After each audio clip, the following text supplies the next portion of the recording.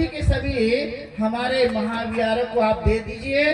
हम कभी भी आपके खिलाफ में कोई बात नहीं करेंगे, क्योंकि हम शांति प्रिय लोग हैं। विहारों में जाकर देखिए जिनकी तस्वीर बिगाड़ दी गई, तथागत गौतम बुद्ध को कपड़े पहना करके, उनके आंखों को सफेद करके, उन पे तिलक लगा करके उनकी प्रतिकृति को बिगाड़ दिया गया। और तब भी वो सोचते रहते कि बौद्ध अनुयायी में शांति बरतनी चाहिए। धरना स्थल से हम लोग आह्वान कर रहे बार बार कि आप बड़ी संख्या में इकट्ठा हो जाइए और आने वाले बुद्ध पूर्णिमा तक कम से कम 1 लाख लोगों की संख्या इस मैदान में होनी चाहिए। आपने देखा होगा दुनिया में किसी को यदि प्रियदर्शी राजा कहा गया तो उनका नाम है सम्राट अशोक। इसके अलावा संसार में किसी को भी प्रियदर्शी राजा की संज्ञा नहीं दी गई। और भारत में उन्होंने 14 शिलालेख बनाए, 84,000 स्तूप और विहारों का निर्माण किया। और साथ ही साथ उन्होंने मनुष्य के लिए अस्पताल के साथ साथ उन्होंने पशुओं के लिए भी अस्पताल बनाए। ऐसे राजा थे जिनका नाम है सम्राट अशोक, जो कि आप सभी लोग इस गिनती में शामिल हुए हैं। तो आप देख सकते हैं कि 84,000 स्तूप और विहार हमारे कहाँ चले गए, किन्होंने ये कब्जा किया हुआ है, किनके पास है। तो आप पाएंगे कि आप ढेर सारे विहारों में जाकर देखिए जिनकी तस्वीर बिगाड़ दी गई, तथागत गौतम बुद्ध को कपड़े पहना करके, उनके आंखों को सफेद करके, उन पे तिलक लगा करके उनकी प्रतिकृति को बिगाड़ दिया गया। और तब भी वो सोचते रहते कि बौद्ध अनुयायी में शांति बरतनी चाहिए। हमेशा वो यही कहते रहते हैं कि बौद्ध धर्म शांति वाला धर्म है।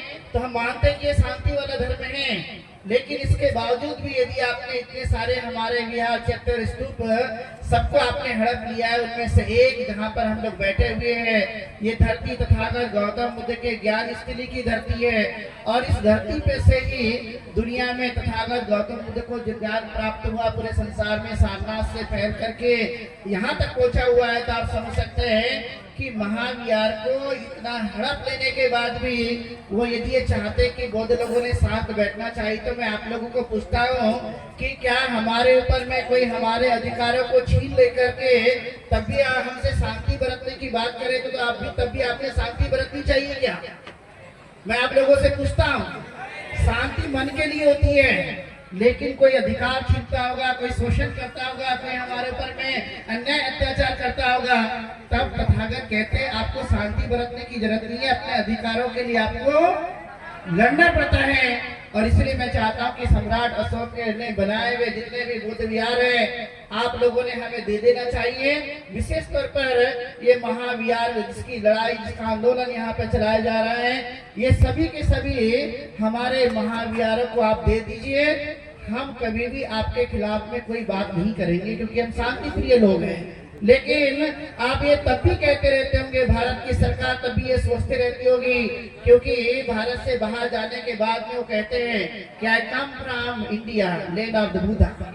अभी भी कह दीजिए कि हम महाविहार को मुक्त करने के लिए यहाँ बैठे हुए, तो आप आकर हमें सहयोग कीजिए और कह दीजिए कि ये महाविहार जो है बौद्धों को दे दीजिए।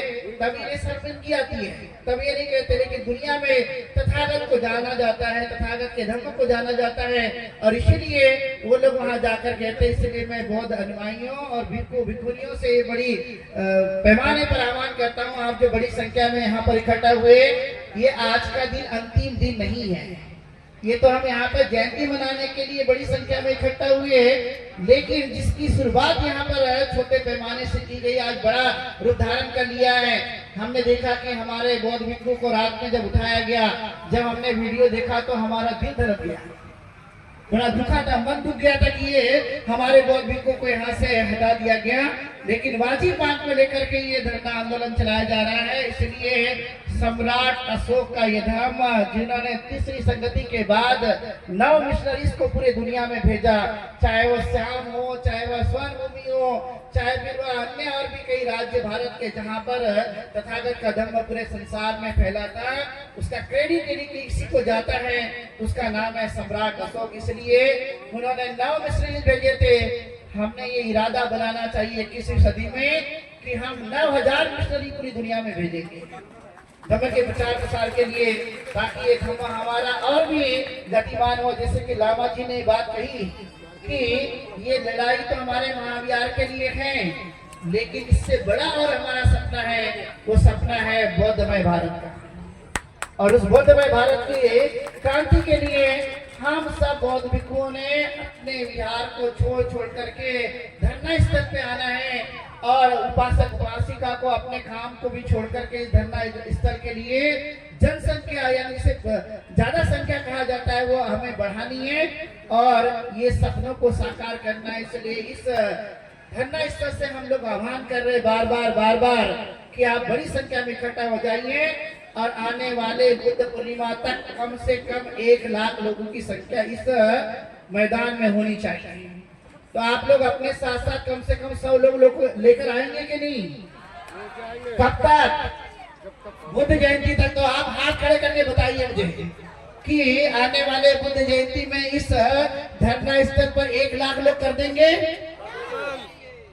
साधुवाद सबको कि आप 1 लाख वादा कर रहे हैं ये लोग कि हम 1 लाख संख्या बढ़ा देंगे, तभी हमें कामयाबी मिलेगी।